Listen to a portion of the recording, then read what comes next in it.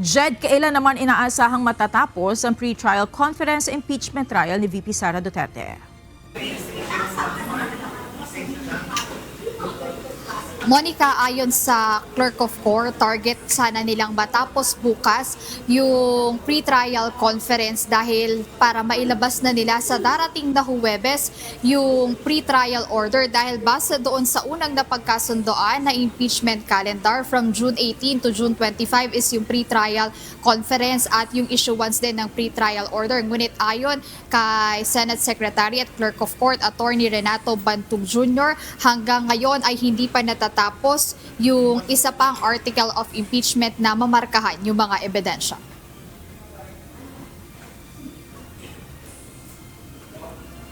Naghahanda na ang mga Senator Judge para sa nasabing paglilitis kay Vice President Sara Duterte. Kaalinsabay nito ang pahayag mula kay Senator Robin Hood Padilla. Aniya, handang tumutol ang minorya kung ihahalal bilang presiding officer si Senator Francis Cheese Escudero sa darating na impeachment trial ni Vice President Sara Duterte sa Hulyo. Hindi isinasantabi ni Senator Padilla na magpahayag sila ng pagtutol sa nasabing hakbang bilang ito aniya ang kanilang trabaho. Bilang kami ay minorya, bilang kami trabaho namin, yung mga alam namin na teka muna, parang wala yata sa konstitusyon yan. No? Kailangan namin pag-usapan yan. Hindi ibig sabihin nag-aaway kami. Yun po ang trabaho ng minorya. I-check namin, check and balance namin yung majority. Ipinaliwanag din ng senador na posibleng maging isang issue kung papalitan si Senate President Sherwin Gatchalian bilang presiding officer kapag nagsimula na ang paglilitis. Siguro ang dapat natin tanungin kung papayag ba si Win, si SP Win. Kasi sa konstitusyon, ang nakalagay doon, ang dapat mag-preside, ang Senate President. Siguro napakalaking parang issue yan para kay Win, para siya ay palitan sa oras na yon. Ang konstitusyon malinaw na siya dapat.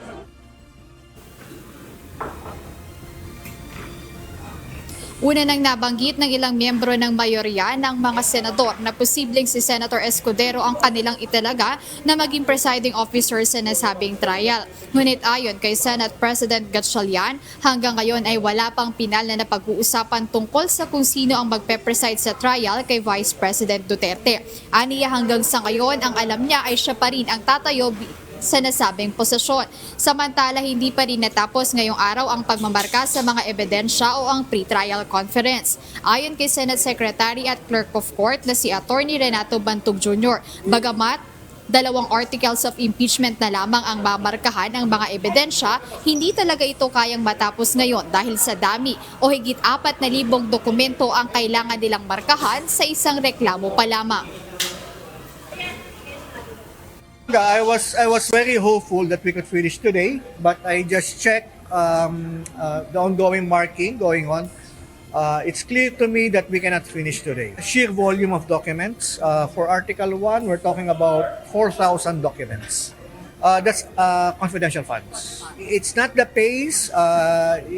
It's proceeding on a pace that's acceptable to both parties. It's just that there are just too many documentary evidence that need to be part.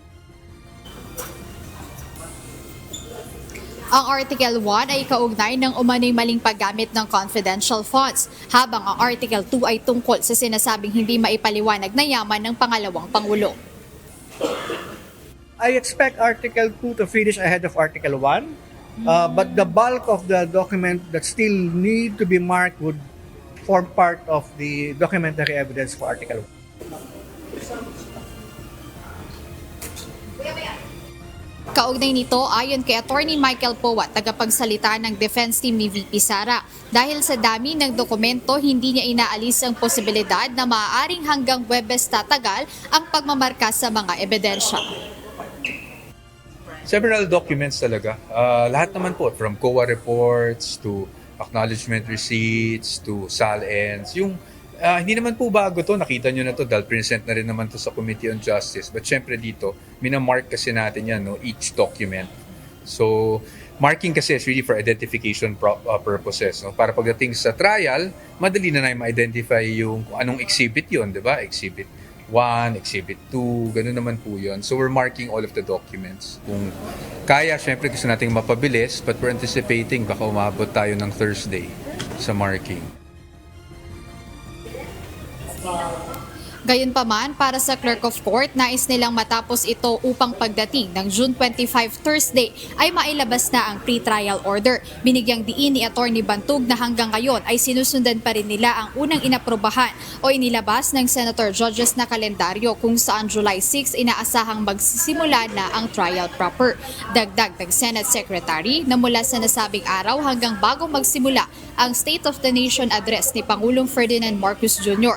gagawin ang paglilitis ng Lunes, Martes at Miyerkules ng alas 2 ng hapon.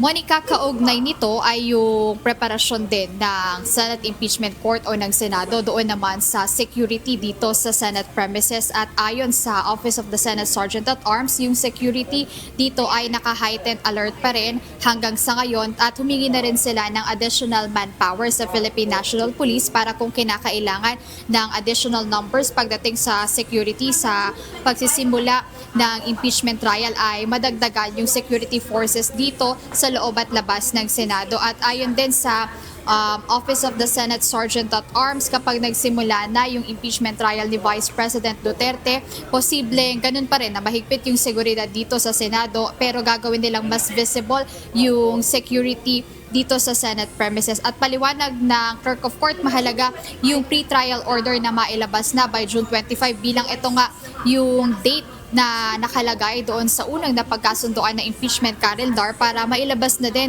yung mga nilalaman doon sa napagkasunduan ng parehong panig dito sa nangyaring pre-trial conference at may ayos na rin yung mga legal na issue para mapabilis at maging maayos din yung paglilitis once na magsimula ito. Ayan muna update, balik sa iyo. Maraming salamat, Jed Neresina.